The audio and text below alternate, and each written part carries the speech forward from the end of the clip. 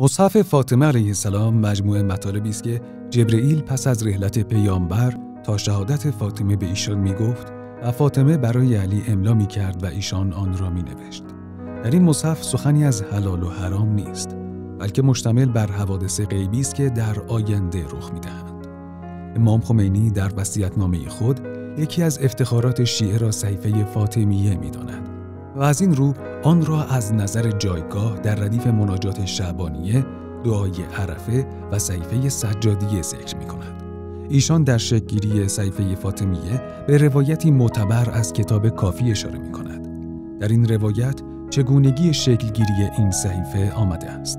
این کتاب در دست امامان دست به دست می‌گشته و اکنون نزد حضرت مهدی علیه السلام است که هنگام ظهور آن را آشکار می‌سازد. ایشان محتوای صحیفه فاطمیه را حوادثی می‌داند که در آینده رخ خواهد داد، که از جمله آنها حوادثی است که در آینده برای ذریه فاطمه پیش خواهد آمد و آنچه در زمان امام مهدی علیه السلام رخ خواهد داد، یعنی زمان حال. ایشان احتمال می‌دهد مسائل مربوط به ایران نیز در آن باشد.